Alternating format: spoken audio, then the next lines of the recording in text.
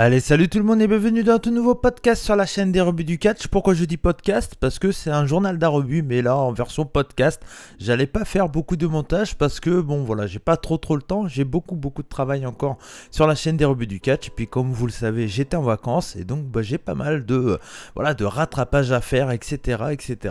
Mais bon voilà, je voulais faire une petite vidéo, un journal d'un rebut vraiment à l'ancienne pour le coup, hein, voilà, sans montage. Et vous le voyez maintenant, j'ai un beau casque sans fil. Donc je peux bouger comme ça, c'est incroyable. Donc cette vidéo sera bien entendu disponible en version audio également sur toutes les plateformes de podcast, parce que là clairement hein, je suis en mode salut, bienvenue sur la radio libre Cody McRide, parce que là voilà, là je suis tout seul en 1 versus vous et ça fait plaisir de vous retrouver là voilà en face à face, les yeux dans les yeux, pour parler d'un sujet qui, vous le savez, si vous suivez la chaîne des rebuts du catch depuis pas mal de temps, et même si vous suivez depuis peu de temps, je pense que vous l'avez deviné. Et si vous écoutez même All Elite sur Toonami, vous l'avez peut-être entendu par Norbert Feuillant et Alain Mistrangelo, que je remercie énormément pour le coucou, hein. Ça fait énormément plaisir d'entendre son nom cité dans la télé, voilà, clairement. Donc merci à eux de m'avoir cité, parce que voilà, vous le savez peut-être, je suis un gros fan de Deathmatch, et c'est pour ça qu'on m'a cité d'ailleurs, parce que voilà, je fais partie des fans français qui mettent en avant le fait qu'ils aiment le catch Deathmatch et qui en parlent depuis le début de la chaîne, hein, tout simplement. Pour ceux qui ne savent pas, la chaîne a été créée en 2017, et en 2017, ma toute première review que j'ai fait sur la chaîne des rebuts du catch lors d'un hebdo, c'était tout simplement un show de CZW, Combat Zone Wrestling, donc la grosse promotion deathmatch des années 2000, et j'avais parlé même d'un certain MJF, hein, Maxel Jacob Feinstein à l'époque, avant d'être Friedman, et maintenant c'est juste MJF. Mais bon voilà, c'est pas le sujet, mais c'était juste le clin d'œil qui me faisait rire, voilà. Donc aujourd'hui, je voulais faire ce journal d'un rebut, tout simplement, avec une grande question, un thème principal, avec tout simplement le thème, c'était le deathmatch doit-il être mainstream? Parce que c'est une question que je me pose, et clairement, voilà, la semaine dernière, j'étais en vacances, mais j'ai quand même suivi et j'ai vu ce qui m'intéressait en point de vue deathmatch.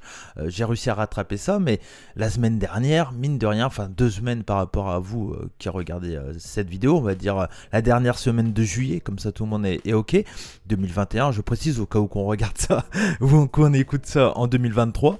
Mais oui, la dernière semaine de juillet 2021, elle était quand même foufou niveau deathmatch, parce qu'il s'est passé énormément de choses, clairement, surtout aux États-Unis, mais au Japon il y en a toujours eu du deathmatch, mais là c'est pas la question. Là je vais vraiment parler du cas des États-Unis et le deathmatch. Et pourquoi ma question, est-ce que ça doit devenir mainstream? Tout simplement parce que, comme vous l'avez vu, j'imagine, à All Elite Dynamite, on a eu Chris Jericho contre Nick Gage. Donc voilà, donc assez exceptionnel comme affiche. Je vais pas y revenir vraiment sur mon avis sur le match, etc. Max et Fab ont fait la review de Fight for the Fallen sur la chaîne des rebuts du catch. Ils l'ont fait très bien, bravo à eux, je leur fais des bisous. Et voilà, ils donnent leur avis, et je suis clairement dans le même avis que Max. Hein, voilà, dans le sens que c'était un bon match, mais bon, pour moi, c'était pas sa place du tout, et c'est là mon point en fait, c'est que pour moi le deathmatch a pas du tout sa place à la télé nationale, que ça soit les catcheurs ne sont pas prêts parce que c'est pas du tout leur environnement. L'environnement deathmatch, c'est un monde totalement à part, un monde où les gens savent ce qu'ils vont voir, et surtout ben voilà, ils sont là, ils savent qu'ils vont voir du sang, du deathmatch, etc. Tandis qu'arriver sur une TV nationale, je trouve qu'il y a des limites à pas dépasser. Ça va peut-être vous surprendre, vous, que je dis ça, mais non, en fait, pour moi, il y a des limites à pas dépasser dans le catch, on va dire, mainstream, et je trouve que le deathmatch a pas du tout sa place dans le mainstream. Donc voilà, et les catcheurs non plus, parce que on l'a vu, pour ceux qui ont regardé All Elite Dynamite, Nick Gage était totalement mal à l'aise, pas du tout dans son style habituel, on va dire, pas dans son style, voilà, il était un peu bloqué quand même, mine de rien, et c'est pas Nick Gage que j'aime et que je connais, et c'est pour ça que oui, le match était fun, c'était drôle quand même, il y a eu des gros spots, etc. Même si on sent clairement que c'était voilà, les vitres, elles étaient très fines, on va dire. Je pense pas que c'est du sucre, faut pas exagérer, parce qu'il y avait, voilà, mais on va dire qu'elles étaient beaucoup plus fines que chez Game Changer Wrestling. Et puis, bah voilà, les néons, c'était un peu pareil, quoi. C'était des néons un peu, voilà, un peu work, on va dire. Mais ça reste du deathmatch, et ça reste que de base c'était même pas un deathmatch. Donc voilà, mais donc pour ce que ça devait faire, ça allait, mais on l'aura tous oublié, clairement. Mais ce qui m'importe, moi surtout, c'est ce qui s'est passé du côté de chez Game Changer Wrestling avec Matt Cardona qui a pris le titre de Nick Gage, voilà, juste 3-4 jours avant All Elite Dynamite, lors du show GCW Homecoming. Et donc je voulais en parler parce que maintenant qu'on a un Matt Cardona champion Game Changer Wrestling, qu'est-ce qui va se passer ? Parce que Game Changer Wrestling, pour ceux qui ne savent pas, c'est quand même une promotion qui a fait tout son nom sur le deathmatch, et surtout après sur les moments totalement what the fuck, les comebacks des catcheurs, etc., des retours, des arrivées, des machins, des trucs, tout se passe là-bas maintenant en indépendant.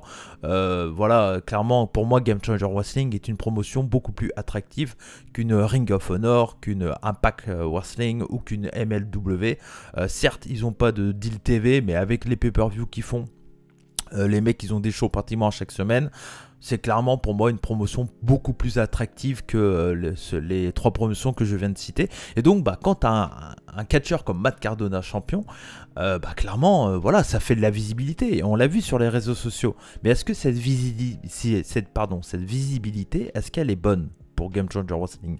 C'est ça ma question. Alors pour la promotion elle-même, moi je pense que oui, ça sans aucun doute, je pense que c'était le bon move, surtout que si vous avez vu le combat, Nick Gage ne perd pas clean, donc il est ultra protégé, donc là-dessus, voilà, il n'y a aucun problème là-dessus. Mais là où pour moi c'est pas top, c'est que je trouve ça va pas donner une image incroyable du deathmatch aux personnes qui ne connaissent pas ce style-là de catch, voilà, ce style tout simplement. Et du coup, moi, c'est ce genre de truc, c'est ce genre de commentaires que j'ai vu un peu sur les réseaux, pas trop en France, parce que j'évite de regarder les réseaux sociaux français en ce moment, parce que voilà, ça me saoule. Il y a plein de mecs qui parlent pour rien, et puis ça me fatigue. Donc j'ai vu un peu par contre les remarques américaines qui sont pas beaucoup plus intelligents, hein. Entre nous, les tweetos US et les tweetos français, ça reste des tweetos quoi, hein, voilà. Mais je fais une généralité, heureusement qu'il y a 97% des personnes qui sont sur ce réseau qui sont bienveillants et qui sont des très bonnes personnes. Mais bon, il y en a quelques-unes qui sont très bêtes. Mais bon, voilà, on s'en fout. C'est les trois petits pourcents un peu ratés, c'est pas grave, ça arrive. Il y a toujours des erreurs. Mais bref. Et du coup, ouais, sur les réseaux, sur point de vue américain, il y a Dave Meltzer, voilà, le journaliste du catch bien connu, qui a dit que c'était honteux pour l'image du catch, ce qu'on avait vu surtout à la fin du combat, où Matt Cardona, grosse hit de Matt Cardona, après un match violent, voilà, match pas dégueulasse, quoi, enfin pas du catch, voilà, Jim Cornette il a dû vomir 10 000 fois je pense s'il a vu ce combat. Et enfin, il aurait qu'un intérêt à le voir, mais bon, on sait très bien qu'il va le regarder pour cracher dessus. Mais bon, et donc, ce que je voulais dire, ouais, c'est après le combat, Matt Cardona, il a pris des canettes de partout sur la gueule, des bouteilles pleines et tout. Enfin bon, les fans de deathmatch sont pas les plus fins, ça c'est pas une surprise. À mon avis, si je vous dis ça, je vous apprends pas quelque chose, quoi. Les fans de deathmatch. Et j'en fais partie, hein. Je suis un gros fan de deathmatch. Je me considère pas comme très fin. Je suis fan de hardcore metal. Je suis pas fin non plus, hein. Tu sais, on est débile dans les concerts de hardcore. Et dans les shows de deathmatch, les spectateurs sont tout aussi débiles. Mais c'est le jeu. C'est comme ça. C'est l'environnement, c'est le truc. Et ça, tu peux pas le faire en mainstream. Donc clairement, voilà, pour moi, le deathmatch, ça doit rester underground. Ça doit rester dans des salles comme le Showboat à Game Changer Wrestling, où l'ambiance, elle était incroyable. L'une des plus belles ambiances de 2021, sans aucun doute. Sans aucun doute. Et puis, à ce qui paraît, on va peut-être repartir à huis clos tout le bordel, donc on n'est pas prêt de le retrouver, je pense. C'était incroyable, incroyable. Une ambiance dingue, une hit de bâtard. Matt Cardona qui a fait un gros combat. Pas le meilleur deathmatch ever, clairement, parce que, voilà, très overbooké, etc. On va dire, pas très mainstream un peu, mais sauf que, voilà, pour le coup, il a pris les risques qu'il a pris, hein. C'était pas du tout... c'était très maîtrisé, par contre, ce qu'a fait Nick Gage avec Matt Cardona, mais c'était, voilà, ça reste du deathmatch Game Changer Wrestling, quoi. Mais voilà. Mais le truc, c'est que, ouais, au point de vue d'image extérieure, je trouve que c'est vraiment pas bien, quoi, pour le catch en général, quoi. Et ça m'embête un peu, quoi. C'est un truc qui me fait un peu chier. Et Ouais, voilà, je suis pas persuadé que ça doit être vu par beaucoup de personnes, ce genre de truc. Game Changer a tout à gagner à faire ça, bien entendu, mais je trouve que pour le deathmatch en général, c'est pas un bon truc, quoi. Dès qu'on a entendu parler du deathmatch, c'est quand il y a eu des problèmes, etc. Bien sûr, merde, j'ai oublié son nom, celui qui est décédé. Attends, j'ai un problème avec les noms, moi, hein, c'est incroyable. Celui qui est décédé, vous le voyez tous de qui je veux parler, le Black. Mais bon, bref, j'ai oublié son nom, mais voilà. New Jack, pardon, voilà. Oh, la vieillesse, les enfants, la vieillesse. Et donc, ouais, New Jack. Bah, tout le monde le connaît parce que voilà, Nick Gage, là il fait le buzz là en ce moment parce qu'il y a eu le Dark Side of the Ring, etc. Et c'est pour ça que l'élite l'utilise d'ailleurs aussi, bien sûr. Mais bah, ça faisait chez All Elite Wrestling, Nick Gage c'était vraiment bête de foire quoi. C'était ouais, comme à l'époque des années 30 où t'avais les catcheurs nains qui étaient dans les foires, bah Nick Gage c'était ça un peu quoi. Et j'ai ah, pff, voilà. En fait, ça a été ça ma sensation tout le match. Ah, pff. Après, voilà, Jericho, couilleuse de faire ça et tout ça. Mais Nick Gage, ça reste un professionnel. Hein. Faut pas croire. Hein. Le mec, il Steve pas la gueule comme. C'est pas New Jack, hein, Nick Gage. Il a été souvent comparé, mais Nick Gage, c'est loin d'être un. C'est un abruti, mais c'est loin d'être un abruti comme New Jack, quoi. Clairement. C'était sûr qu'il allait pas défoncer la gueule de Jericho à 100%. Et ça se voyait de façon qu'il stressait comme un porc. Donc voilà. Mais oui, donc voilà, pour revenir au sujet de ce soir, est-ce que le deathmatch doit être mainstream? Pour moi, c'est non. C'est non. Et la preuve, parce que pour moi, le deathmatch le plus mainstream que j'ai vu là ces derniers jours, donc le Cardona contre Gage, bah, c'était loin d'être le mieux de ce que j'ai vu. Et j'ai vu donc 3 deathmatchs là, juste avant d'enregistrer cette vidéo. Enfin 4, parce que j'ai revu le Jericho Gage en français, voilà, avec la petite dédie, donc j'étais obligé d'aller le revoir, donc ça fait plaisir. Mais d'ailleurs, je tiens à préciser aussi, je trouve que Norbert et Alain ont plutôt bien joué le côté psychopathe de Gage, etc. Des fois, je trouve on sent que Norbert est pas un grand fan du style et on sent qu'il a un peu de mal à commenter, tu vois. Mais après, c'est normal, je veux dire, voilà, Deathmatch, ça doit pas être là, quoi. Ça doit pas être là pour moi. Et c'est un grand fan de Deathmatch qui dit ça. Et quelqu'un en France, et je suis l'un des youtubeurs, je suis le seul youtubeur français, je pense, qui parle de Deathmatch couramment, quoi. Enfin, il y en a quelques-uns d'autres, hein. Je pense à Wrestling Love, par exemple. Mais voilà. On va dire qui aime le deathmatch, parce que Wrestling Love le dit lui-même, il parle de deathmatch, mais il n'aime pas le deathmatch de base. Même si il a un peu changé d'avis, je crois, sur ses dernières reviews, mais bref. Mais ouais, non, moi pour moi, ça doit rester dans les bingo halls, dans les salles où le public sait ce qu'ils vont voir. Ça doit rester à l'extérieur pour des tournois of death, pour des tournois particuliers, quoi. Et ça se démocratise de plus en plus, le hardcore, le deathmatch dans le catch. Et je suis pas persuadé que c'est un bon truc. Je vais prendre l'exemple d'une promotion que je connais bien. Voilà, Rix, pour la version audio. Rix, c'est dit depuis le début. C'est fait pour les fans de catch. Donc il y a des matchs qui sont pas des deathmatchs. Clairement, on en est loin, même s'il y a déjà eu du barbelé, du sang, etc., etc. Mais je veux dire, d'entrée de jeu, tu vas voir Rix.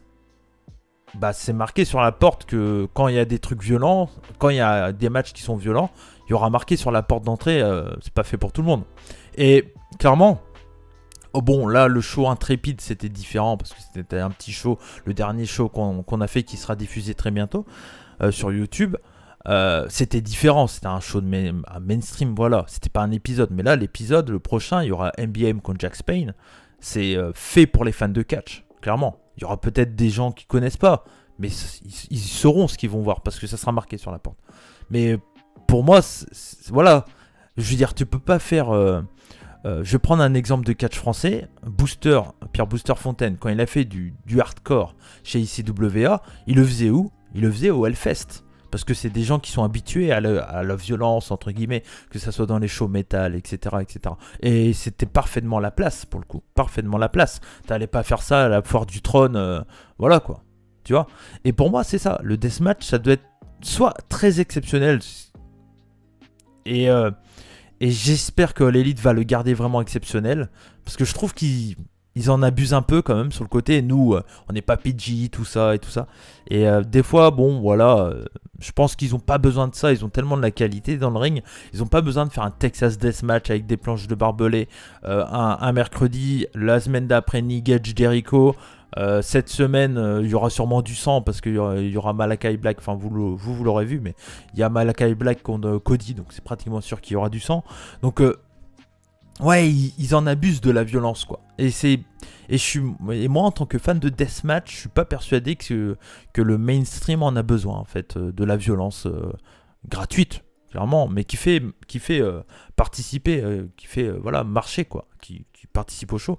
Et voilà, donc c'était à peu près mon avis. Je vais m'arrêter là. Après, je vais pas faire non plus 3h30. Vous le savez, je pourrais parler tout seul pendant très très longtemps. Mais ouais, non, moi voilà, je suis fan de deathmatch. Si parmi les 4 deathmatch qu'on a vus là ces derniers temps, donc les 3 chez Game Changer et le Jericho Gage, si vous avez vu aucun et que vous voulez voir un pour savoir ce que c'est pour moi le deathmatch comme j'aime, il y a 2 à voir sur. Il y a Alex Colon contre Drew Parker pour le titre JCW Ultra et BJW Deathmatch qui sont... Ce match-là, il est fantastique. Tout le deathmatch que j'aime, quoi. Des spots, de la grâce, de la classe, de la dangerosité, mais tout maîtrisé à la perfection. C'est beau. C'est ce que j'aime. Et un autre qui est un peu moins maîtrisé, mais qui reste quand même tout aussi cool, franchement. C'est toujours Drew Parker le lendemain, donc à la partie 2 de Homecoming.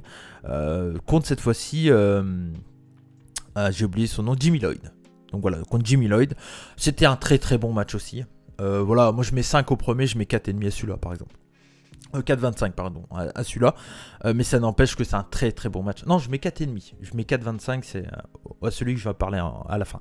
Mais voilà, je mets 4,5 à celui-là. C'est un très très bon deathmatch. Tout ce que j'aime, encore une fois, des spots et tout ça. Après, voilà, c'est Drew Parker, je l'adore. Jimmy Lloyd, je l'aime un peu moins. Mais il s'est amélioré là. Franchement, sur ce combat-là, il m'a vraiment bien plu. Et voilà quoi. Pour moi, si vous voulez voir des vrais deathmatch, je sais qu'il y a certains d'entre vous qui regardaient du deathmatch dans les années 2000, 2002, 3, 4 avec CZ, même avec un peu ici dub, etc. Allez voir ces 2 matchs que je viens de citer là. C'est du bonbon, clairement du bonbon. Et pour finir le dernier, le Gage contre Cardona, c'est une belle histoire. Une belle histoire. Tout le monde joue son rôle, que ce soit le public. Cardona est parfait là-dedans. Gage est incroyable aussi parce qu'il a une alchimie avec le public qui est fantastique, quoi. C'est fou, quoi. Je pense que c'est le catcheur indé qui a les plus grosses pop à chaque fois, quoi. Enfin, quoique, tu vois, des mecs comme Adam Cole en indie, etc., ils étaient hyper over aussi. Mais ouais, non, il y a des mecs comme ça, putain, en indé, ils sont incroyables, quoi. Et quand il était chez l'élite, c'était autre chose, quoi. C'était Niget, je me chie dessus, quoi. Mais ouais. Mais ouais, et puis Cardona, quoi. Grand Cardona ce soir-là. Grand Cardona. Il a été parfait dans ce qu'il fallait faire.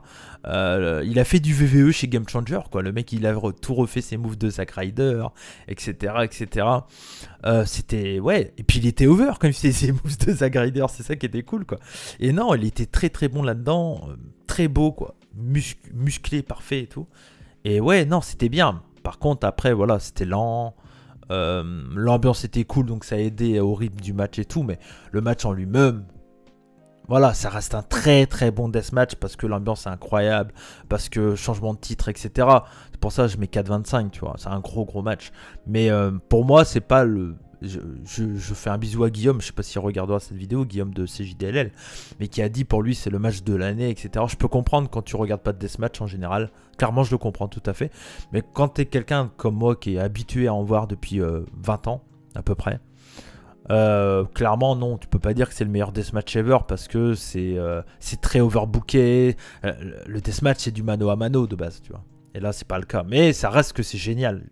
J'étais totalement spoilé quand j'ai vu le match et j'ai popé du début à la fin, quoi. C'était un très très bon match. Un très très bon match. Et je suis curieux de voir ce que va faire Cardona. Mais ouais, je sais pas. Je pense il y a peut-être certains de ses fans qui vont aller voir ce qu'il va faire. Mais je sais pas. je me pose des questions. Clairement, voilà. Moi, je vais m'arrêter là parce que sinon, je vais faire 45 minutes. Mais ouais, non, pour moi, ça doit rester Underground. Ça doit rester Knowles Bard, Big Japan Pro Wrestling, Freedoms. Voilà, quoi. Au Japon, c'est un peu différent parce que Japon, ça remplit des Tokyo Dome, quoi. Le deathmatch. Bah, tu vois. Donc, mais c'est notre culture. Mais là, je parle vraiment du catch US. Et franchement, tu vois, pour moi, ça doit pas être mainstream. Et j'espère que l'élite va éviter d'en abuser de trop. Voilà. Ils ont tellement de talent, l'Elite Wrestling, qu'ils n'ont pas besoin de sang à chaque show, etc. Et je pense qu'à un moment, TNT va peut-être gueuler aussi. Donc voilà. Et pourtant, pour revenir juste sur l'Elite, le Deathmatch Barbed Wire était génial, quoi. Génial. Et ça, pour le coup, c'était un très bon Deathmatch mainstream. Très bien, quoi. Très bien. Je l'ai déjà expliqué pourquoi je l'avais kiffé. Mais c'était très, très bien, quoi. Hormis la fin, hein. La fin, on s'en fout. Mais non, voilà, pour moi, le deathmatch peut être utilisé en mainstream, mais vraiment en parcimonie. Là, ça avait une raison, parce que Moxley en 5 catcheurs deathmatch, Omega qui veut se mettre à tous les styles, etc. Ça a du sens. Là, Jericho, j'étais pas persuadé qu'il fallait le mettre contre Gage. À part profiter du buzz de Gage, quoi, c'est tout. Mais c'est ce que fait All Elite, et ils ont raison, c'est une promotion de catch. Mais bon. Ouais, surtout après, derrière, t'as Juventud. Bon, à choisir, je préfère avoir Juventud que Gage, quoi. Tu vois. Mais bon, voilà, c'était mon point de vue. Je voulais faire cette vidéo, j'espère que... Et ce podcast, du coup, j'espère que ça vous a plu. N'hésitez pas à me dire ce que vous en avez pensé dans les commentaires. Et puis voilà. Et puis, n'hésitez pas à parler dans les commentaires. Continuer le débat, c'est aussi ça. Les vidéos des rebuts, c'est débattre avec vous, en face à face, les yeux dans les yeux, comme j'aime le dire. Et puis voilà. Donc surtout, n'hésitez pas à laisser un like si vous avez aimé, et puis à partager tout ça. Je vous fais des bisous, c'était Cody McLeod des rebuts du catch. On se retrouve très bientôt sur la chaîne des rebuts, comme on dit chez moi, banzai, et surtout n'oubliez pas, soyez curieux, et regardez un peu de deathmatch, c'est cool. Ciao.